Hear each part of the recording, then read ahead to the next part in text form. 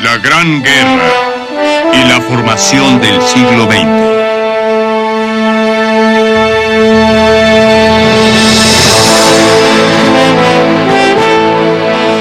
(1914-1918).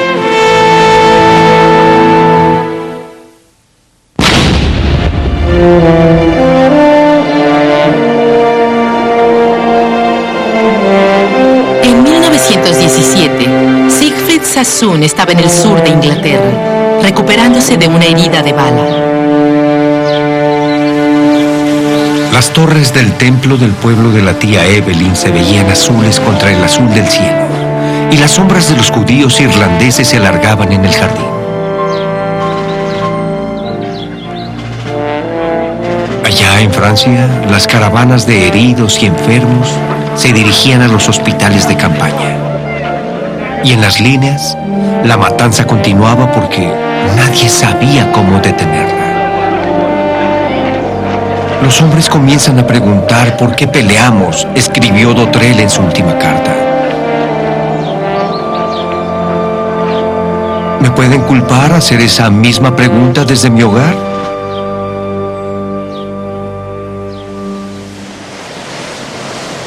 A principios de 1917, los prospectos para los aliados eran débiles. La batalla naval de Jutland había resultado en un empate.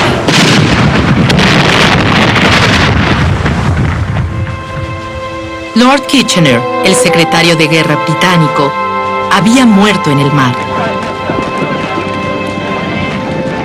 En el frente oriental, el ejército ruso estaba exhausto.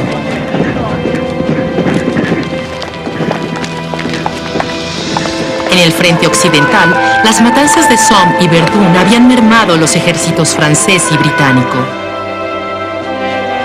Europa estaba entrando a un invierno helado. Hasta ahora, casi cada familia había visto a uno de sus seres queridos morir. Continuar la guerra o rendirse, esta era la preocupación universal en 1917. Para los individuos, para las unidades militares y para casi todas las naciones, los límites de resistencia ya se habían rebasado. El motín, episodio 5.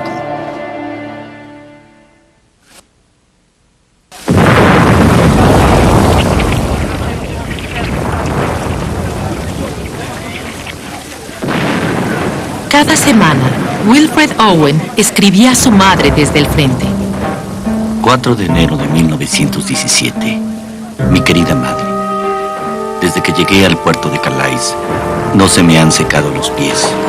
Nos colocaron con gentileza en la realidad, el lodo. Ya he penetrado en el santuario de mi bolsa de dormir y en lo más bendito, mi pijama. Escogí un sirviente personal ayer, no por sus aptitudes ni por sus manos limpias, sino por su excelente trabajo con la bayoneta. Ayer revisé cientos de cartas y la esperanza de paz estaba en todas ellas.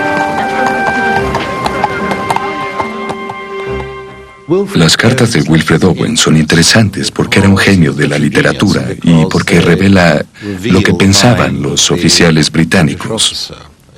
Un hombre joven que había crecido en la literatura clásica de la guerra. Cuando Owen llegó al frente occidental, descubrió que puedes mostrar fortaleza y resistencia, pero no era una batalla en el sentido griego, en donde los hombres avanzaban con las armas en la mano y se enfrentaban con el enemigo. No era así, y en cierta forma, Owen, como muchos de los jóvenes oficiales ingleses, era un inocente para la guerra.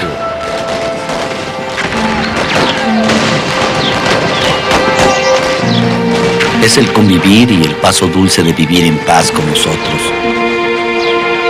Pero más dulce es, y más convivir, morir en guerra por tus hermanos.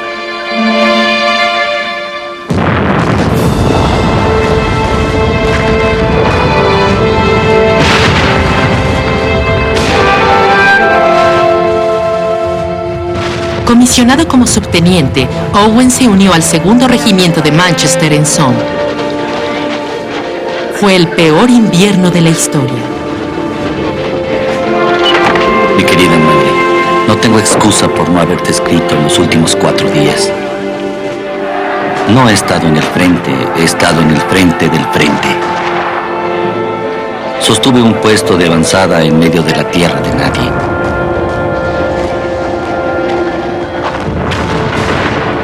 Los alemanes sabían que estábamos ahí y decidieron sacarnos. Esas 50 horas fueron la agonía de mi vida feliz. Casi me desmorono y me dejo ahogar dentro del agua que me llegaba a las rodillas.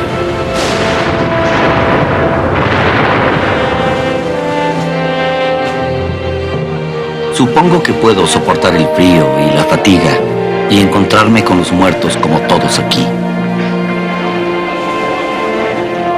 Pero no soporto la espantosa diseminación del horror, la distorsión de la muerte, cuyos cadáveres sin enterrar se sientan afuera de las trincheras, y en la poesía les llamamos gloriosos.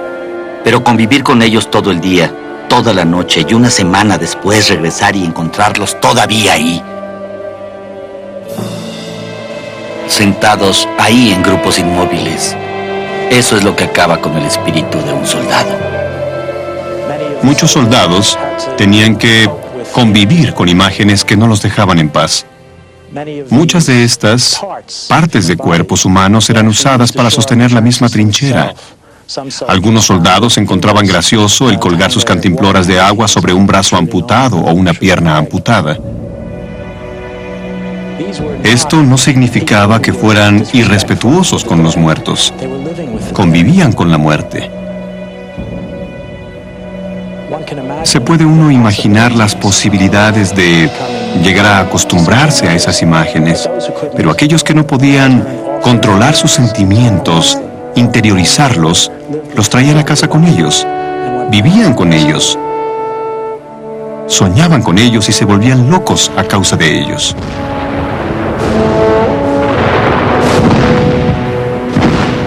Wilfred Owen tenía que aprender a vivir con la muerte. Pasó días atrapado junto al cuerpo desmembrado de un amigo. Cuando finalmente se liberó, trató de explicar todo esto en una carta que envió a su hermana. Mi muy querida hermana, no debes tener la menor preocupación por mí. Debes saber que no fueron los alemanes los que me trastornaron ni los explosivos. Fue el vivir tanto tiempo cerca del pobre Cock Robin, como solíamos llamar al subteniente Kroger, quien yacía no solo cerca, sino que en varios lugares alrededor de mí, si lo comprendes. El 6 de junio de 1917, Owen fue enviado a casa. Habían pasado solo 4 meses. El diagnóstico, conmoción por las bombas.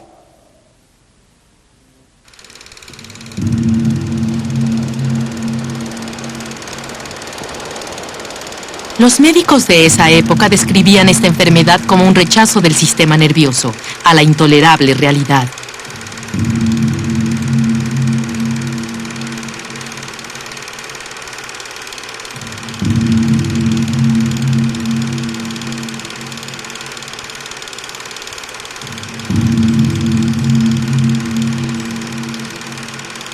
Durante la guerra, los doctores usaban estas películas para mostrar los efectos de la guerra mecanizada.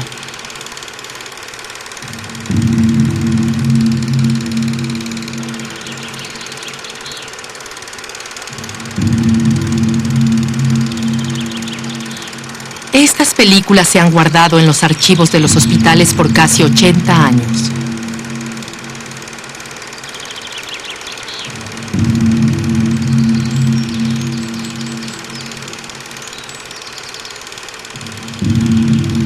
Este hombre fue forzado a enterrar la bayoneta en el rostro de un enemigo.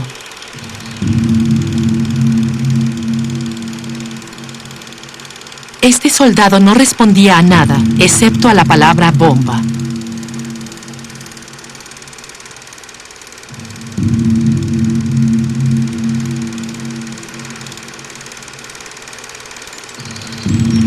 Este soldado francés no podía mirar el gorro de un oficial.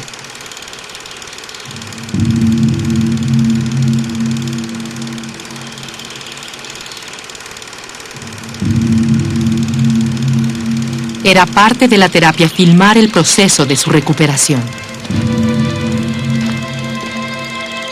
Hay un material extraordinario acerca de la forma en que los soldados, que eran incapaces de actuar, aprendían primero a coser, después a tejer, después a sembrar, después a cargar un arma y a dispararla otra vez. Como si los trasladaran de una clase de recuperación femenina a la situación de combate masculino para que pudieran regresar a la guerra de los hombres. Se dio tratamiento con toques eléctricos a miles de estos enfermos. Con el propósito de entrenarlos, los médicos franceses filmaban cómo sus colegas aplicaban estos electrodos en la espina de los enfermos que tenían problemas para caminar. Esta era una enfermedad totalmente desconocida que impulsó a los médicos a buscar soluciones.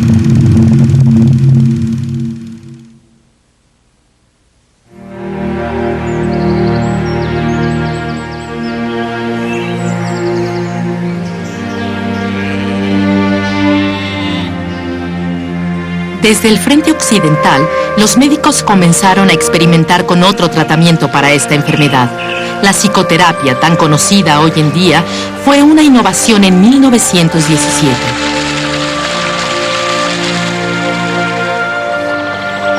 Mi querida madre, salimos de Netley el lunes por la mañana. Me desperté cuando rodeábamos la costa de Dunbar. El castillo parecía más que nunca una alucinación con el sol saliendo tras él. Un auto me trajo aquí como a 3 kilómetros del pueblo. El lugar no es muy atractivo. Está demasiado lleno de oficiales y algunos los conozco.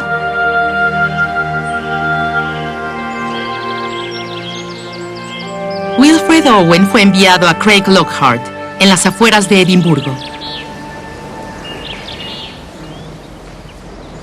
En este antiguo sanatorio, los médicos trataban de sanar las enfermedades emocionales de los oficiales británicos. Fue aquí en donde el trabajo pionero de Freud en psicoterapia se puso en práctica en Inglaterra por primera vez. Los oficiales lo llamaban el tratamiento hablado. En Owen, gradualmente hizo efecto. Mi querida madre, anoche tuve una entrevista con el Dr. Brock desde las 11 hasta la medianoche. Aún tengo sueños desastrosos, pero están tomando un carácter más civil. Accidentes de auto y eso. Nada más que decir, creo. Siempre tuyo, Wilfred. Mi vida en Craig Lockhart fue el primer libro de versos que leyó Owen, escrito en el frente por uno de los soldados británicos más controversiales. He estado leyendo a Siegfried Sassoon y he llegado a sentir profundas emociones. Nunca antes se habían escrito descripciones como esta sobre la vida en las trincheras. Ni se escribirán. Shakespeare se queda corto ante esto. No se debe pensar en la guerra cuando los pensamientos del día vienen a aterrarte. Y está comprobado que los soldados no se vuelven locos a menos que hayan perdido el control sobre los pensamientos horrendos. Eso los impulsa a charlar entre los árboles. Pronto olvidarán sus noches de terror, sus sueños bañados de asesinatos. Y estarán orgullosos de la gloriosa guerra que hizo dudar a su orgullo.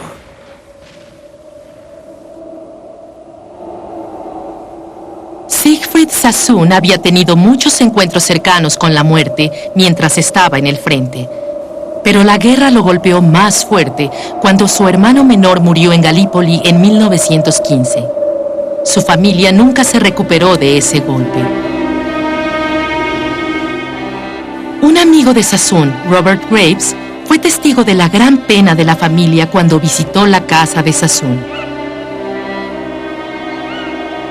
Más tarde recordaría lo que era entrar en la habitación del hermano muerto.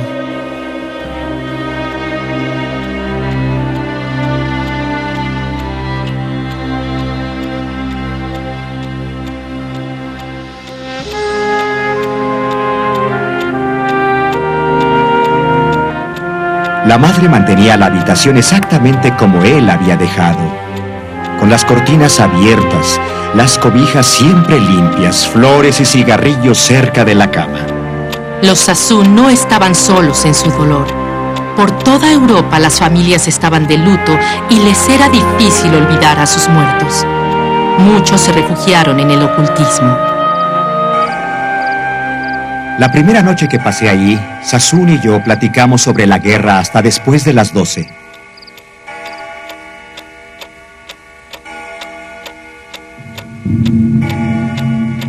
La plática me perturbó, pero logré dormirme una hora después. Me desperté continuamente a causa de extraños ruidos que traté de ignorar, pero que se hacían más fuertes cada vez. Parecía que venían de todas partes. Pronto se me fue el sueño y sentí que sudaba frío.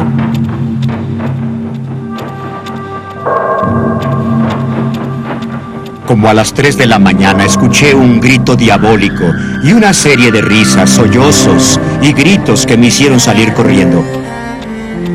En el pasillo me encontré con su madre, quien extrañamente estaba completamente vestida.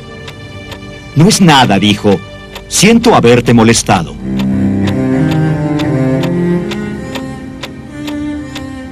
Había miles de madres que, como ella, trataban de comunicarse con sus hijos muertos mediante medios espirituales.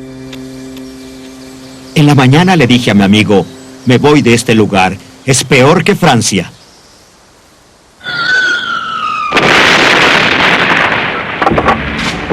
Siegfried Sassoon siguió a Graves de regreso al frente occidental y fue uno de los más fieros en la guerra. Por su valentía en Somme en 1916 le otorgaron la Cruz de Hierro al Valor y el sobrenombre de El Loco Jack. Mientras corría le quité el cerrojo a la granada. Con mi mano derecha cargada hice lo mismo con la izquierda. Justo antes de llegar a la cima arrojé mis 2 bombas.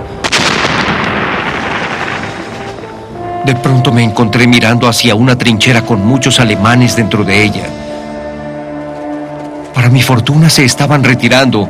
No se les había ocurrido que los estaba atacando un solo tonto.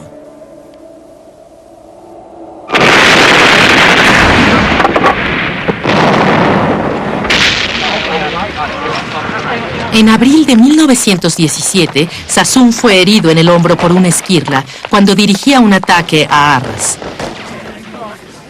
Aún después de que su herida había comenzado a sanar, era claro que Sassoon todavía no estaba bien. Como a su madre, los muertos lo visitaban en la noche.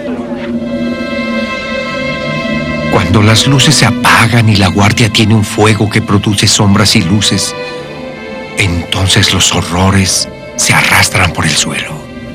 Los rostros lívidos y adoloridos con bigote erizado me miran desde la orilla de la cama. Las manos jalan mis cobijas. Hay un agujero en su mandíbula y la sangre escurre sobre su rostro como una mancha de tinta sobre el papel. Quisiera poder dormir. Sassoon estaba harto. El 31 de julio de 1917 publicó una carta abierta dirigida a su comandante en el Times y causó sensación. Creo que esta guerra, a la que accedí, pues era una guerra de defensa y liberación, se ha convertido en una guerra de agresión y conquista. He visto y soportado el sufrimiento de las tropas y no puedo estar de acuerdo en que se prolonguen esos sufrimientos con fines que creo que son malos e injustos. El ejército tenía un problema. ¿Qué hacer con el recién condecorado, valiente, honorable hombre que había llegado a la conclusión de que la guerra era deshonrosa? ¿Qué harían con él? La respuesta era muy sencilla. Respondieron que todos los que consideraran que la guerra era una locura debían estar locos. El 23 de agosto de 1917, Sassoon fue internado en Craig Lockhart. Durante su estancia en Craig Lockhart, Siegfried Sassoon estuvo en contacto con varios de sus amigos del frente. No parecía que estos hombres lo culparan por su protesta y sin duda muchos de ellos apoyaban lo que había dicho. Sassoon conoció aquí a Wilfred Owen. Los dos poetas se hicieron amigos y pasaban horas analizando su trabajo. Entre ambos, produjeron una de las más importantes obras de la literatura de guerra del siglo XX. Estoy sorprendido por la paciencia de los hombres que pelean. Consumen mi corazón de lástima, aumentan mi orgullo. Hombro con doloroso hombro, lado a lado se arrastran alejándose del carro de la vida. Sus errores son míos, y nunca pude ver que perdieran su honor. Pero no morían de uno en uno. Y rebelándome, grito contra aquellos que los envían hacia la oscuridad.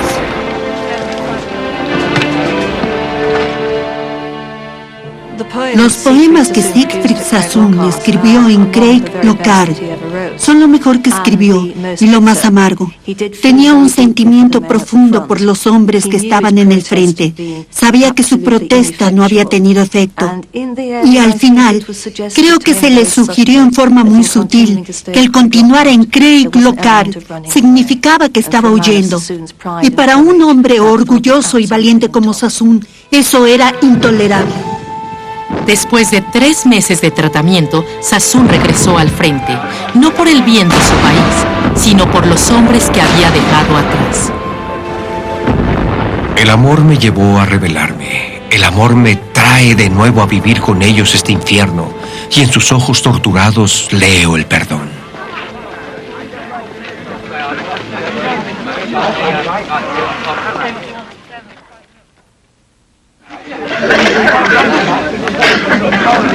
En marzo de 1917, el ejército alemán del Frente Occidental se retiró a una posición más fuerte. La línea de Hindenburg era un cinturón enorme y profundo de alambradas y trincheras. Era la posición más fuerte que habían visto los británicos y los franceses en el Frente Occidental. Eso significaba que la guerra ahora nunca terminaría. Y el ejército alemán en el Frente Occidental se retiraba hasta la línea de Hindenburg, en parte para reducir su línea, lo que significaba que tendrían más hombres disponibles, y en parte para retirarse a una posición más fuerte. Al ver que el final no llegaba, se desató una rebelión en el ejército francés, que pudo haber causado que los aliados perdieran la guerra. ¡Qué escena tan triste! 7 días continuos de insomnio, fatiga, sed y terrible agonía habían transformado a estos fuertes jóvenes, a estas compañías orgullosamente disciplinadas, en una banda harapienta de pordioseros. El cabo Louis Barthas era uno de los sobrevivientes de Verdún, en donde Francia había sufrido casi 500,000 de bajas. La experiencia lo llevó a verse peleando 2 guerras, una contra Alemania y otra contra sus propios oficiales. Louis Barthas escribió un diario durante la guerra y es un documento excepcional porque Louis Barthas era un socialista y un pacifista desde el comienzo de la guerra hasta el final del conflicto. Y en su diario trataba de conservar algo de humanidad en la brutalidad de la guerra. A Barthas no le importaban los ascensos, solo quería una cosa, que sobreviviera su unidad, que había peleado el año anterior al lado de las tropas británicas en Somme.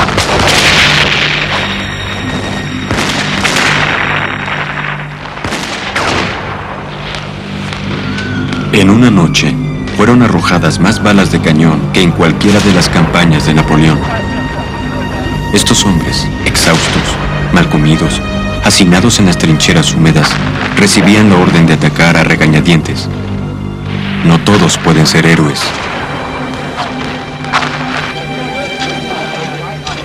Un hombre decidido a ser un héroe fue Robert Nivelle, el nuevo comandante de las fuerzas francesas.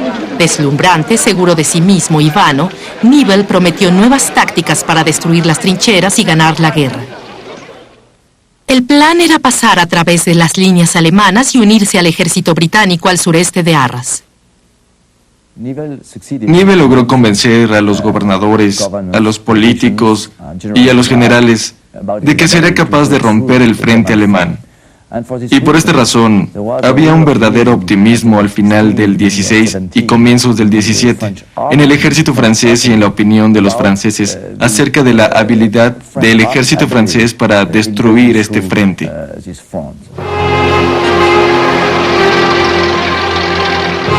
Para garantizar la victoria, Nivelle se dedicó a construir grandes cantidades de armas que asombraban hasta a los experimentados soldados.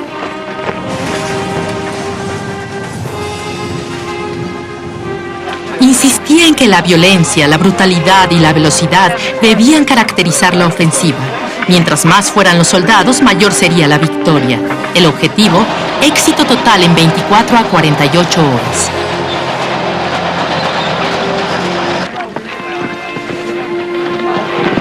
Muchos se convencieron de la audacia de Nivelle, pero no Louis Barthas.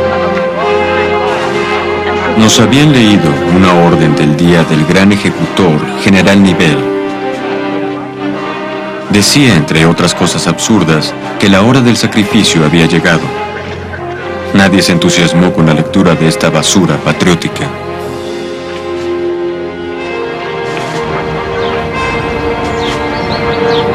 El 16 de abril, las fuerzas de Nivelle se lanzaron hacia los campos de Chemin des Dames.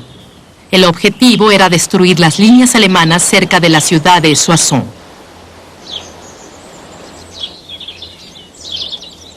Aquí se reunieron 700.000 soldados franceses y en la colina frente a ellos 600.000 alemanes. Al salir el sol, los soldados franceses subieron a la cima, esperando que esta fuera la batalla decisiva de la guerra.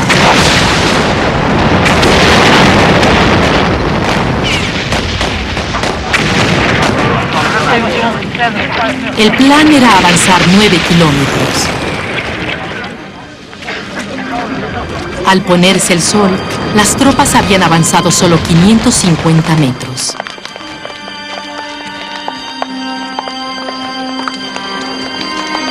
Ignorando su promesa de suspender la ofensiva si no tenían éxito en 2 días, Nivelle pidió que continuaran otros 10. Había 200.000 hombres muertos o heridos, y no lo lograban.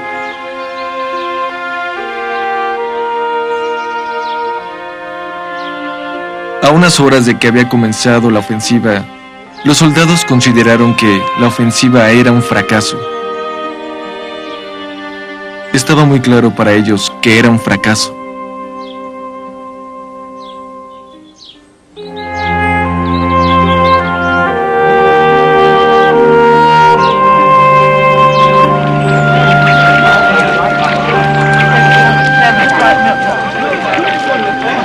Hasta ahora, la guerra había cobrado 1,5 millones de soldados franceses, una víctima por cada minuto de guerra.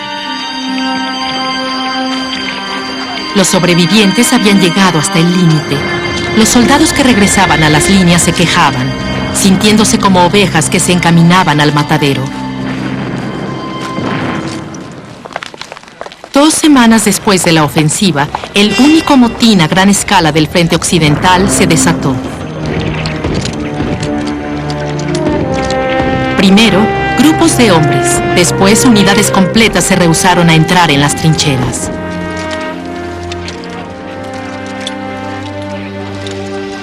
Había escenas muy emotivas entre los oficiales y los hombres. Yo no creo que fuera tan importante, pero ambos lados estaban muy emocionados. Para los oficiales era el peor de los temores. Sus pesadillas se convertían en realidad. Sus hombres se rehusaban a obedecer. Es lo que los oficiales más temen.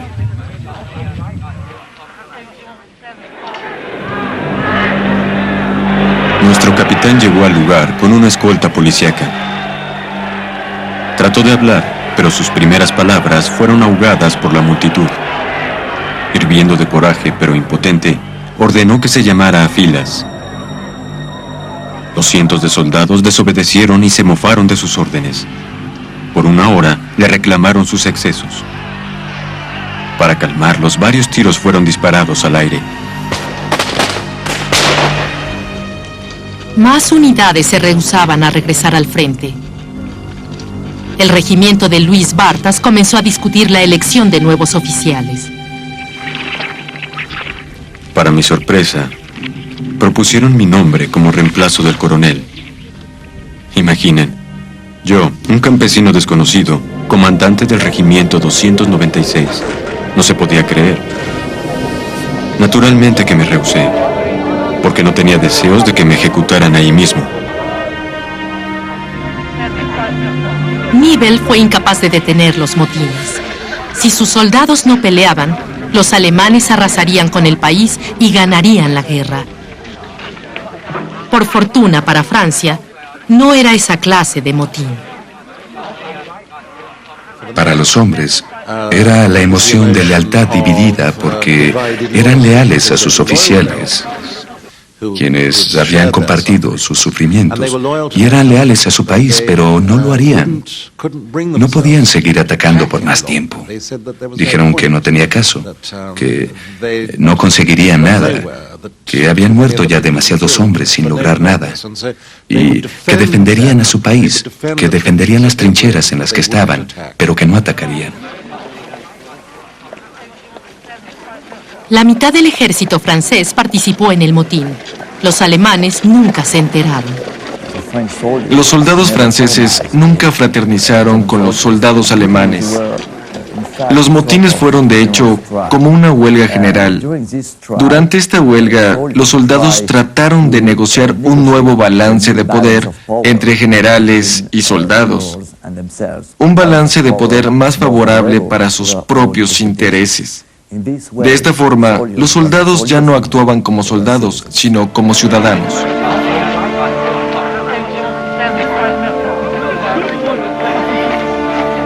Nivelle fue reemplazado por Philippe Pétain. Las atenciones y las condiciones de vida comenzaron a mejorar, y las protestas se calmaron poco a poco. Del 500.000 de amotinados, fusilaron a 49. Pétain detuvo los ataques contra las líneas alemanas. Esperaría el apoyo de los tanques y de Estados Unidos.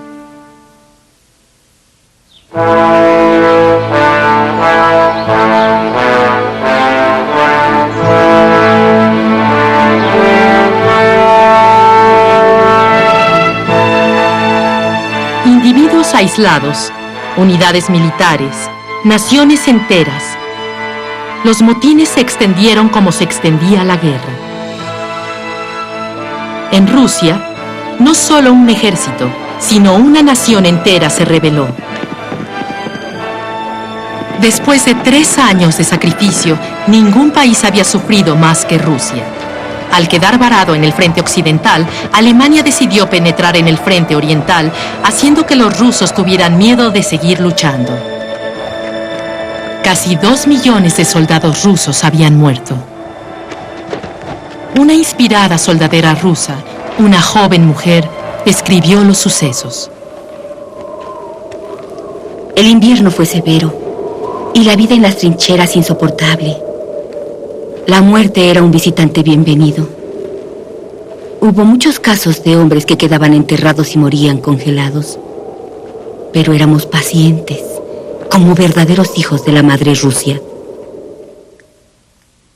María Bochkareva, conocida como Yashka, escribió una detallada descripción de la guerra y de la revolución en el frente oriental. Era hija de un antiguo siervo y le había pedido al zar que le permitiera unirse al ejército. ¿Sabes lo que es la guerra?, me pregunté.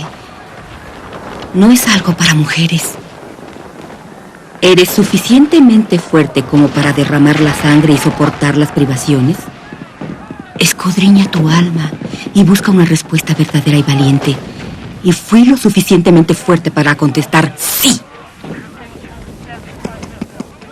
En el invierno de 1916, el ejército ruso tenía un poco más que ofrecer. Después de un buen comienzo, la guerra iba mal. Los socialistas y los revolucionarios tenían muchos adeptos entre la tropa. El descontento creció. El espíritu de insubordinación iba creciendo entre los soldados. Los hombres estaban hartos, terriblemente hartos de la guerra. Era el tercer invierno y no se veía el fin. Los civiles estaban molestos también. El salvarse de la escasez de comida y de las condiciones de congelamiento era más importante para ellos que la victoria en el campo de batalla. Las dificultades empeoraron cuando se elevó el costo de la comida y hubo una seria escasez de pan.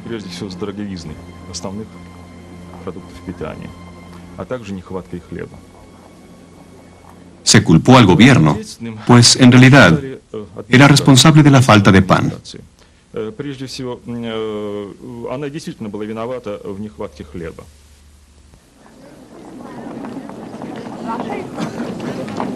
La matanza en el frente y el sufrimiento en casa llevaron a los rusos a la desesperación. Las manifestaciones y las huelgas se desataron. Solo en el mes de enero hubieron 169 en Petrogrado. Pero Sergei Mstislavski, oficial del ejército y socialista, escribió en su diario que lo que sucedería después tomaría a todos por sorpresa.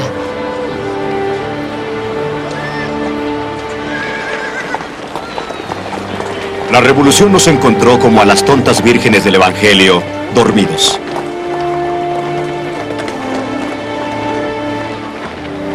Las protestas políticas siempre habían sido reprimidas por las tropas leales al zar.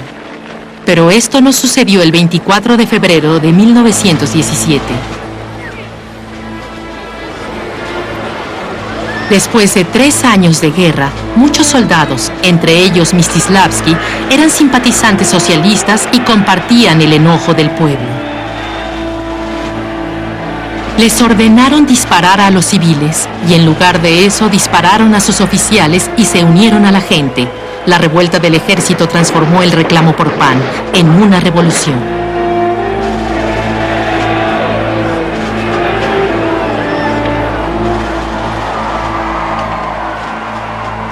Los gorros se arrojaron al aire. Por todos lados hay automóviles y multitudes. El arsenal fue saqueado. Dicen que cerca de 20,000 pistolas automáticas desaparecieron.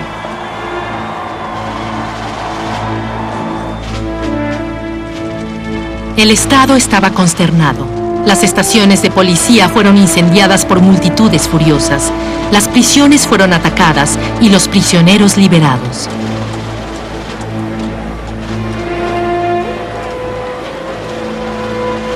Los liberales y los socialistas vieron la oportunidad de apoderarse del poder. Mstislavski estaba entre los que defendieron Petrogrado contra la amenaza de las tropas leales al zar. Nuestras ametralladoras fueron colocadas en el techo del palacio, pero solo para que se vieran, porque no funcionaban. Una gran multitud se reunía en el frente de la Casa del Alcohol del gobierno. Si logran entrar, la revolución se ahogará en un mar de vodka. Aquellos que reciben órdenes no las obedecen. Aquellos que actúan, actúan sin órdenes. Y después de todo, ¿podría haber sido de otra manera en una revolución?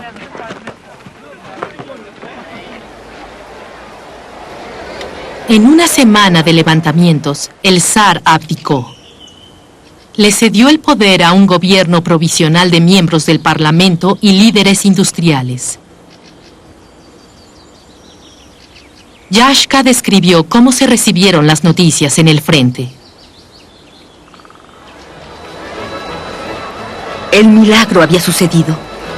El zarismo que nos esclavizaba, que nos desangraba y nos arrojaba al retrete, había caído.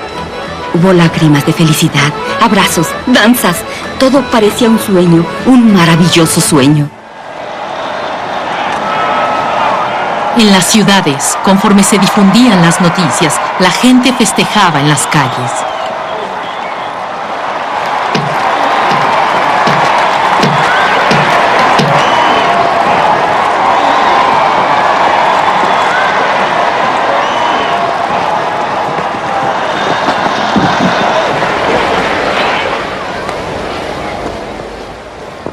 ¿Debo confesarlo? Me daban envidia todos ellos hasta producirme dolor.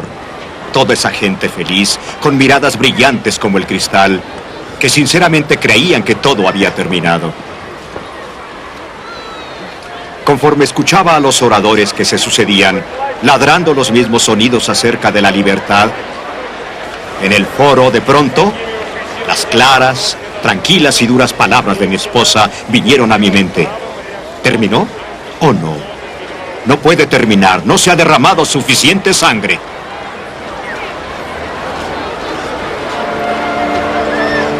En medio del caos, el gobierno provisional se reunió en el Palacio de Invierno. Era crucial para los aliados que permanecieran en el frente procurando arrojar a los alemanes del territorio ruso. En términos de la visión de la situación del gobierno provisional, tenía sentido continuar con la guerra, y creo que el gobierno provisional pensó que, inspirado por una nueva clase de eficiencia revolucionaria y con nuevo personal revolucionario, el ejército sería más eficiente de lo que había sido el antiguo ejército zarista. Pero muchos soldados no estaban de acuerdo. La revolución trajo confusión en el frente. Yashka describió cómo la inactividad produjo amistades peligrosas. Vengan aquí a tomar el té. Una voz llamaba a los soldados alemanes desde las trincheras y a través de la tierra de nadie. Y voces respondían desde allá: vengan a tomar una copa de vodka. ¿Por qué continúan con la guerra?, preguntaban nuestros hombres. Hemos derrocado al zar y queremos paz. Pero su Kaiser insiste en la guerra. Desháganse de su Kaiser y ambos bandos podemos ir a casa. La revolución destruyó la disciplina entre los soldados y la autoridad de los oficiales, tanto en las unidades civiles como en las militares. Estos hechos explican cómo, en solo unos cuantos meses durante la primavera de 1917, el ejército ruso virtualmente dejó de ser un ejército. El gobierno provisional apoyó un gesto simbólico. Si los hombres de Rusia no podían continuar luchando, las mujeres lo harían. Se creó un batallón especial de mujeres con Yashka al mando. Había alrededor de 2000 solicitudes. Llevé a las reclutas a 4 peluquerías para que les cortaran el cabello, una chica tras otra. Tan pronto como una de ellas desobedecía una orden, rápidamente le retiraba el uniforme y la enviaba a casa. En julio, un batallón de 300 mujeres fue enviado al frente. Deberían participar en una nueva y decisiva ofensiva en el frente austriaco en Galicia. Esta victoria convencería a los aliados de que debían apoyar al nuevo gobierno ruso. La derrota significaría el desastre. El batallón de Yashka encontró al ejército ruso en retirada. El coronel dio la orden, pero los hombres a mi derecha e izquierda no se movieron. Los oficiales les suplicaron, les imploraron que avanzaran. Decidimos avanzar para avergonzar a los hombres. Algunas de mis chicas murieron de inmediato. Muchas quedaron heridas. El gobierno provisional y sus tropas habían perdido la guerra. Ahora enfrentarían otro desafío. Lenin, el jefe de los bolcheviques, estaba en exilio en Suiza cuando comenzó la revolución. Con ayuda de los alemanes, había regresado a Rusia. Cuando llegó el verano, el pueblo ruso no podía tolerar la guerra. Era la hora de tomar el poder con la promesa de pan, paz y tierra. Lo que tenemos que apreciar es que mientras más larga fue la guerra, más y más simple era el mensaje de los bolcheviques. Pan, paz y tierra. Y más atractivo se volvía. Y lo que los bolcheviques hicieron fue simplemente esperar. Lenin solía decir que el poder cayó en sus manos como una fruta madura cae de un árbol. En el otoño, la disciplina en el frente estaba a punto de derrumbarse. La guerra había terminado en el frente ruso, así como la autoridad del gobierno provisional. A finales de octubre, los bolcheviques tomaron el control. Todos los puntos estratégicos de Petrogrado cayeron en sus manos. El último baluarte del gobierno provisional estaba en el Palacio de Invierno del zar. Fue defendido por un puñado de soldados, todos miembros del batallón de mujeres. Sergei Mstislavski ayudó a planear el asalto de los bolcheviques. El palacio había sido acordonado y el barco de guerra Aurora estaba anclado detrás del palacio. En verdad no pretendían rechazar el asalto que se dirigía a palacio con las fuerzas del batallón de mujeres.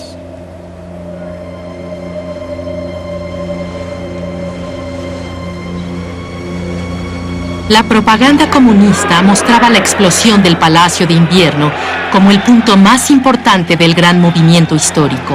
La verdad era otra. La revolución bolchevique no fue solo un producto de la historia, también de la guerra. En mi opinión, la Gran Guerra fue la causa principal de la revolución de 1917, de las revoluciones de febrero y de octubre. Si la Gran Guerra no se hubiera desatado, podríamos suponer que no habría habido revolución en 1917. Los decretos comenzaron a brotar de una nueva fuente de poder. El primero fue el decreto de paz. Yashka describió los últimos momentos en el frente. La desbandada comenzó. Cada 10 o 15 minutos una chica era enviada a casa. En la noche, yo también salía a escondidas. Cuando Lenin tomó el poder, y esto es antes de que llegara el invierno, los soldados con los pies pudriéndose con el interminable lodo, sin esperanza de que sucediera nada, dirían, bueno, por fin podemos ir a casa. Los bolcheviques firmaron un armisticio con los alemanes en diciembre. 3 meses más tarde pagaron el precio. En el Tratado de Brest-Litovsk, Rusia perdió cerca de 1,5 millones de kilómetros cuadrados de territorio y 62 millones de pobladores. El vasto imperio, que se extendía desde el mar Báltico hasta el Océano Pacífico, que había apoyado a Serbia y se había aliado a Francia provocando que se desatara la guerra en 1914, sufría agitación y confusión. El brazo oriental de los aliados estaba roto. La dinastía Romanov, que había gobernado sobre una sexta parte del territorio del mundo por 3 siglos, había desaparecido.